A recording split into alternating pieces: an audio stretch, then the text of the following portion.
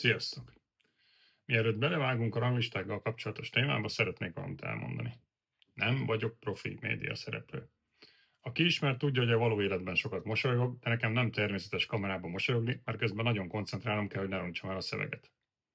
És azt is elárulom, hogy ezt a szöveget előre megírom, mert ha spontán beszélnék, akkor néha hajlamos meg igen-igen részletekbe menően elemezni egy-egy témát. És azt valószínűleg senki sem szeretné végignézni.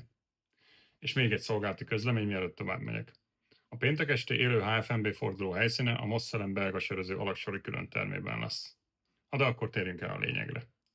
A múlt heti videó után komoly vita alakult ki arról, hogyan rendezzük a halhatatlan ranglistát.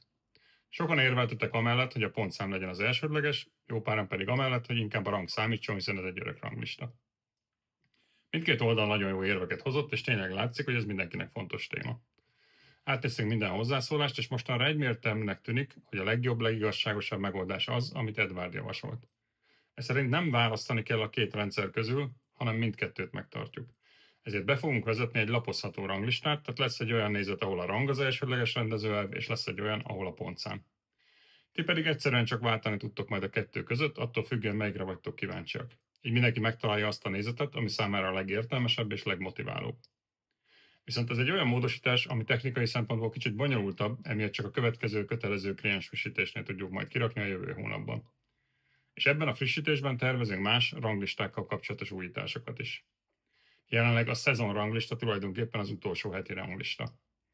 Viszont mivel most már sokkal kisebb a különbség a hetek között, ezért van értelme egy igazi szezon ranglistának is, ahol mindenki a szezon legjobb heti eredményével lesz jelen.